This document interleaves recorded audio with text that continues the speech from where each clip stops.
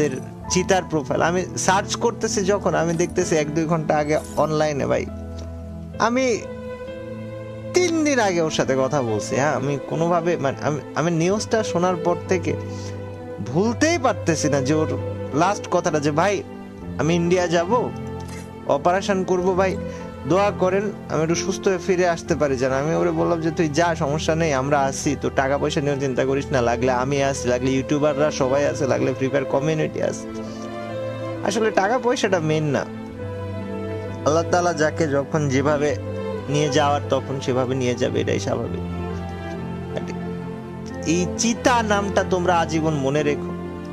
এবং বাংলাদেশের ফ্রি ফায়ারের প্রতি আমার নিজের পার্সোনাল ভাবে রিকোয়েস্ট থাকবে যে চিতা নামটা এটা যেন ফ্রি ফায়ার ই স্পোর্টস এর সাথে আজীবন কানেক্টেড থাকে।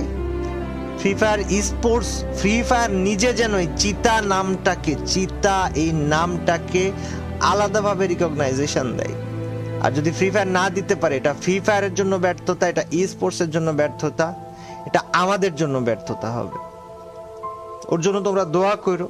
মাত্র 20 বছর বয়সে ভাইটা আমাদের চলে গেছে। ওর আম্মার উপর দেখি যাচ্ছে, এটা হয়তো ওর আম্মাই জানে, আর কেউ বলতে পারবে না। মানে বুঝতেই পারতেছো ভাই যে তার ছেলে নাই। আর গাইজ আমি তোমাদেরকে একটু বলে দেই, চিতার মানে ওকে দাফন করা হবে হচ্ছে ওর ফেনীতে, ওর গ্রাম যেখানে এলনা পাথর, ছাগলনাইয়া, ফেনী, এখানে। তো কেউ যাইতে চাইলে যাইতে পারো।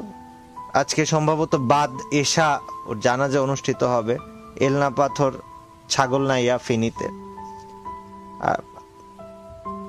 দোয়া করো তোমরা, এবং এই একটা শব্দ মনে রাখো যে চিতা বাংলাদেশে একটাই ছিল, একটাই হয়েছে, একটাই চিতা আজীবন থাকবে, আর কোনো সেকেন্ড চিতা হবে না।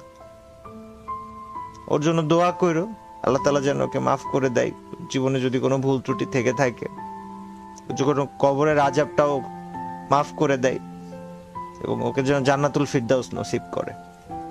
তোমরা চিতা নামটাকে ফ্রি ফায়ারের স্পোর্টস এর ইতিহাসে আজীবন বাঁচায় রাখবা। তোমরা এই দায়িত্ব আমি নিচ্ছি, তোমাদেরকে দিচ্ছি, এবং ফ্রি ফায়ার যেন চিতাকে আলাদাভাবে রিকগনাইজেশন দেয়, যেন আজীবন ই স্পোর্টস এর সাথে জেবি চিতা এই নামটা লেগে থাকে। আল্লাহ হাফেজ সবাই।